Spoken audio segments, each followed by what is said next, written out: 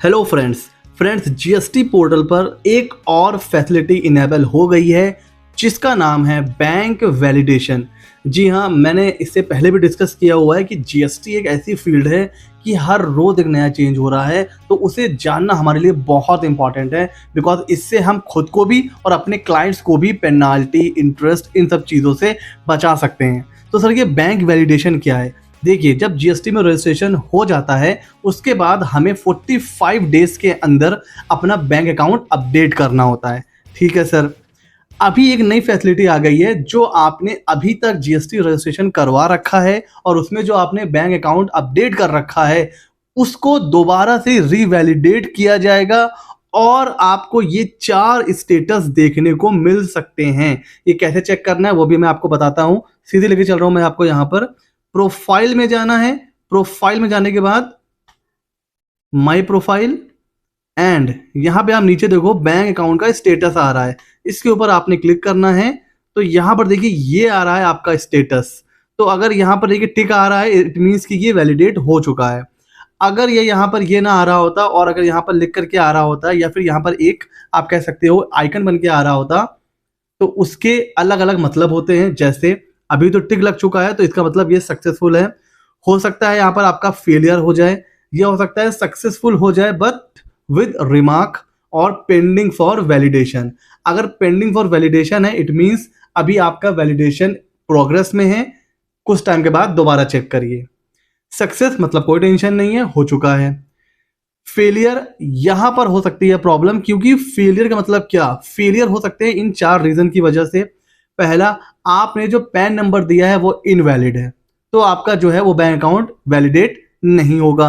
दूसरा, आपके अकाउंट में आपका पैन अपडेट नहीं है, तो ये भी रीजन हो सकता है। तो अगर आपका बैंक में पैन अकाउंट अपडेट नहीं है तो फटाफट अपडेट करवा लीजिए। वैसे आज के टाइम में बिना पैन के कोई भी बैंक अकाउंट ओपन होता ही नहीं है। अच्छा, दूसरा, जो आपने पैन रजिस्टर करा है जीएसटी में और जो पैन दे रखा है आपने बैंक अकाउंट में, दोनों अलग अलग हैं, उसकी वजह से भी फेलियर हो सकता है। या फिर जो आपने आईएफएससी कोड दे रखा है ना, वो गलत है। अगर ये 4 रीजन है तो हो सकता है आपका जो स्टेटस है, आपका जो बैंक वैलिडेशन है वो फेल हो जाए। अच्छा, एक और बच रहा है सक्सेस विद रिमार्क्स। सर, इसका क्या मतलब है? ये हो सकता है कि आपका अकाउंट जिस बैंक में है ना, वो बैंक अभी एनपीसीआई का जो पोर्टल है वहां पर वो लिस्ट नहीं है। तो ये हो सकता है कि जीएसटी पोर्टल आपके बैंक के साथ वैलिडेशन नहीं कर पा रहा है।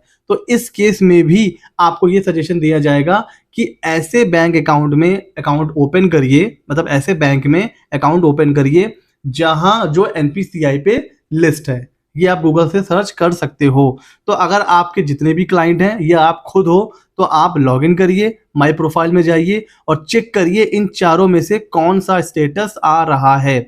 सर, अगर हमने मतलब फेलियर हो गया तो क्या करना है? अगर आपका बैंक वैलिडेशन फेल हो जाता है तो दोबारा फिर से आपको डिटेल एंटर करनी है, और अगर आपने नहीं किया तो आपका जीएसटी सस्पेंड भी हो सकता है। देखिए, अब इसमें टाइम लिमिट क्या मिलेगी? वैसे तो कहीं जो नोटिफिकेशन आया है उसमें कहीं पर भी ऐसा कुछ लिखा नहीं है टाइम लिमिट के बारे में। अगर मैं यहाँ से बात करूँ, ये जो नोटिफिकेशन आया है इसमें कुछ भी ऐसा टाइम लिमिट नहीं लिखा हुआ है।